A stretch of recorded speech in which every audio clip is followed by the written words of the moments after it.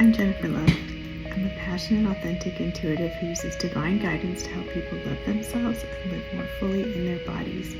This is your weekly love connection for the week of October 23rd through the 29th. It's Scorpio season by the time you watch this, and it's also my birthday week, so happy birthday to me and all the Scorpios having a birthday this week. I'm on October 25th, Wednesday. So you can choose a card from 1 to 3, or I've assigned a card for your unique situation. Card 1 is for folks who are in crisis, who need immediate answers and support. Card number 2 is for my singles, and card number 3 is for those in relationships who just want a little guidance. So this week we are using the Halloween Oracle by Stacey DeMarco. So let's get started with card number 1. Card number 1 is for anybody that's in crisis, who needs some immediate answers for this week. So this card is Mummy, and it says change. This is a perfect card to start out Scorpio season because Scorpios are all about change and transformation. So mummies, were kind of revered, right, in ancient Egypt. They really prepared the dead for a life in the afterlife, right? So they really didn't see death as any sort of ending, but really a new beginning. So you can see any kind of change this week as really a transformation for you. So I want you to look at any kind of transition you're going through this week, or any change really is not an ending or even a transition, but just see it as a new beginning. Changes are really hard for people. Change is difficult for most people because we like everything to stay the same all the time, but in reality, everything is transitional. It's a little scary to think about that everything is temporary, but in reality it is. So the sooner you get used to that, it's such a Scorpio idea that everything is changing, everything is constantly in transition, but it is. So just try to embrace the idea of new beginnings rather than endings. Card number 2 is for my singles, and this card is Ghost, and the word below says regret. So to take this card literally, you might have been ghosted, and that is unfortunate. And I have zero tolerance for ghosting. I think that it is,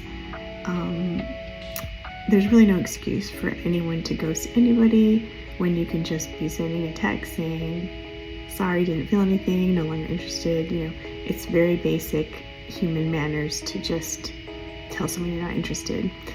But if you have been ghosted, please take that as a sign that this person was not worth your time and move on.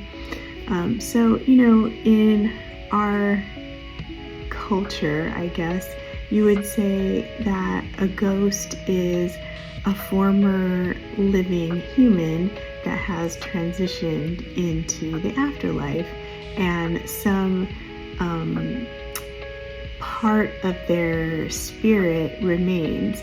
And the word here is regret, because the thinking is that the reason that the ghost or part of their spirit remains is that they have some kind of regret that they didn't take care of business here on earth, and they're trying to finish what they didn't in their lifetime, and so they kind of haunt the earth or roam the earth trying to finish what they didn't in their lifetime. Their life was cut short, or they feel, for some reason, and they're trying to finish what they started.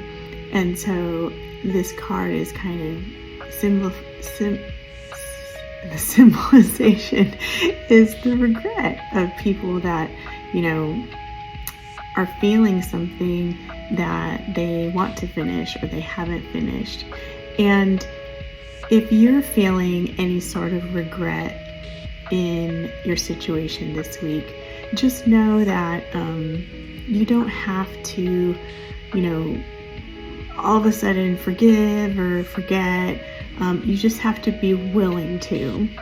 So you can be willing to let go of the regret. You can be willing to forgive, and that's kind of like your first step towards moving on from the situation or moving on from that regret. If you feel like you're stuck or stagnant in some kind of situation. Card number 3 is for the folks that are in relationships, or anybody who chose card number 3. So this is the Skull of Light. And there are a few skulls in this particular deck. This is the Skull of Light, and it says illumination on the bottom.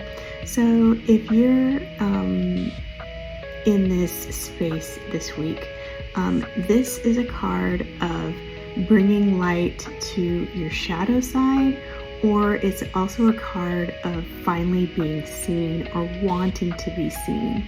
I also find that it can be about, really knowing yourself and wanting to be known. Also, like really feeling your emotions deeply.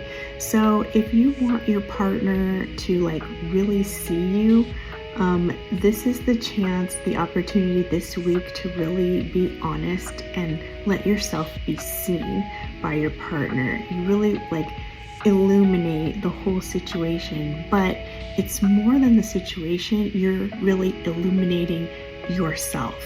This is, kind of the nudge or the push to be seen by your partner and really have them get a sense of who you are and what you're about, even the kind of so-called dark or shadow side of you that you may not show a lot of people or you may not want to be seen, especially if that involves a so-called dark emotion, sadness, fear, anger, disgust.